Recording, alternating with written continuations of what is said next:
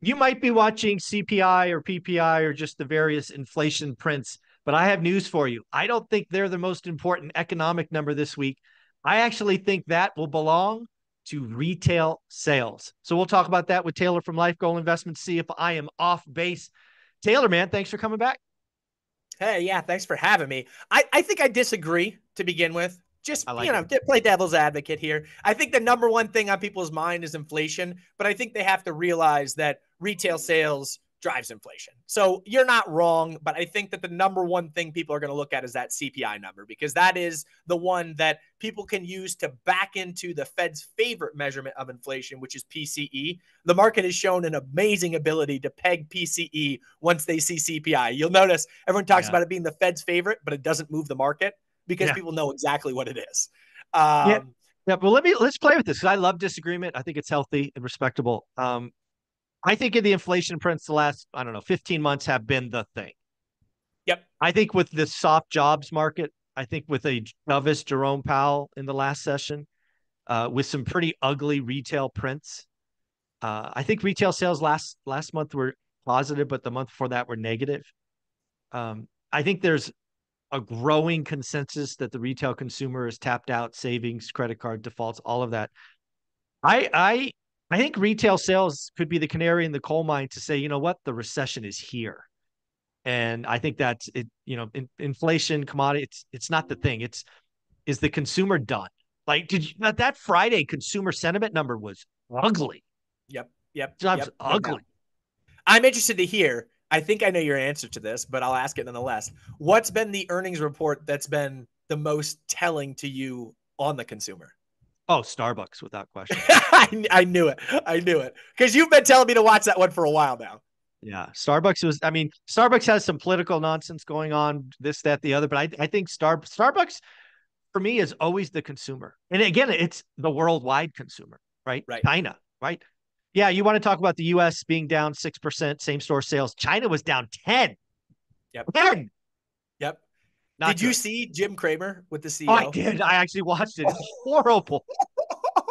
The so CEO I talks was and the stock goes down more. I was in a team meeting, and right over my team meeting, I have CNBC on the background. I'm like, guys, hold on a second. Like, just shut up a second. You guys got to turn this on because he's pummeling the CEO right now. And Jim is usually like, he's an Yeah. animated guy, but he's usually relatively fair and not so aggressive. He was like, why, when I go into one of your stores to get a coffee, does it take me 22 minutes? Yeah. And why is it $19?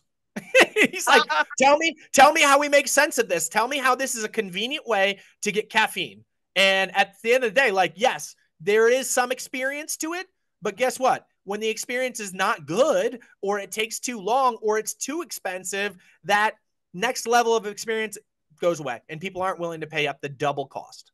And another one that was right behind that for me was actually Lululemon. Yep. Yep. Lululemon was a really interesting report because to me, Lululemon is the discretionary spender, right? Totally, because No, it's so nobody expensive. needs $100 yoga pants or whatever the hell they're Correct. cost. And to see their big miss, that was like, holy cow. Because again, what people don't realize is I think it's like 20% of the consumer drives 80% of the discretionary spending. Maybe it's 20, That's 60, something probably like right. that. Yep. Yeah, something like that.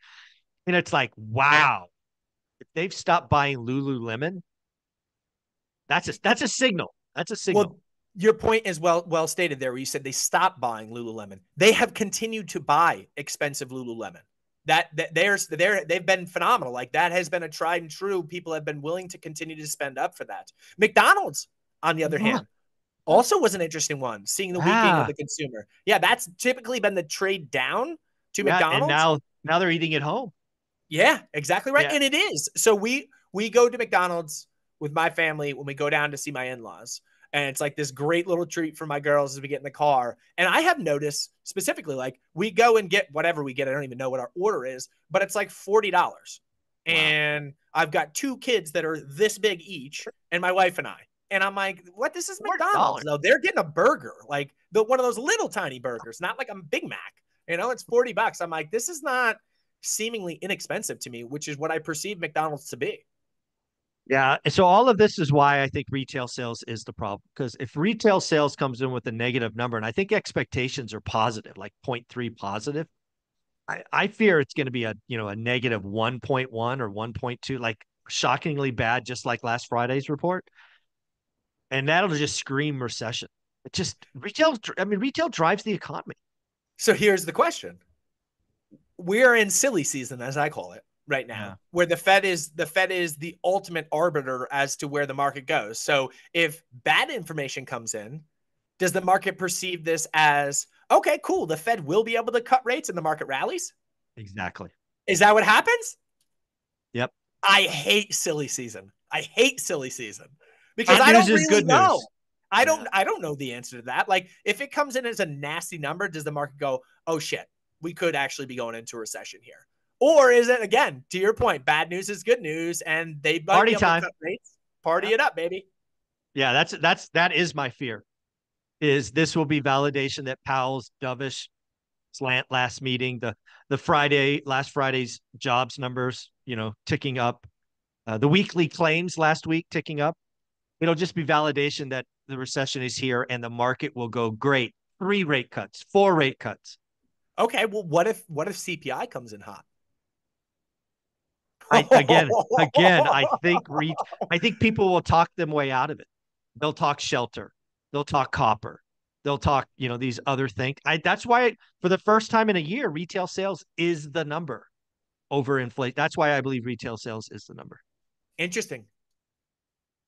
You just went dark on me. Did we you just lose power? I just lost apparently half the power. I don't know if something circuit went or what. He's back. That was weird. Here we are. I'm here. There you go. So, do I change your opinion? Do you think retail sales might be a tick more important than Well, CPI, clearly I PPI? needed my opinion to be changed, right? Boom. I don't know if it's thunder and lightning outside right now. I don't know if that has something to do with it, but anyway. There you go. Yeah, interesting. I think your point is well stated that that retail sales will be super important. I'll still stick with the fact that I think CPI is more important because I think that's been the glaring problem. But Well, let retail me sales ask are let me super. ask you the same question. CPI comes in hot, up a tenth, and retail sales is negative 1.2. Who wins? CPI stagflation wins. Yeah, Stagflation stagflation. wins. Yeah. And that's not good for most assets. That's not good for an economy. The Fed doesn't No, have tools for that, man. no, it doesn't. Oh, this is going to be fun. It's going to be fun to watch this week. I always appreciate these conversations. Taylor, where can people find you? Yeah, find us at LifeGoal Investments. We're on both Instagram and on TikTok, putting out daily stuff. Thank you, buddy.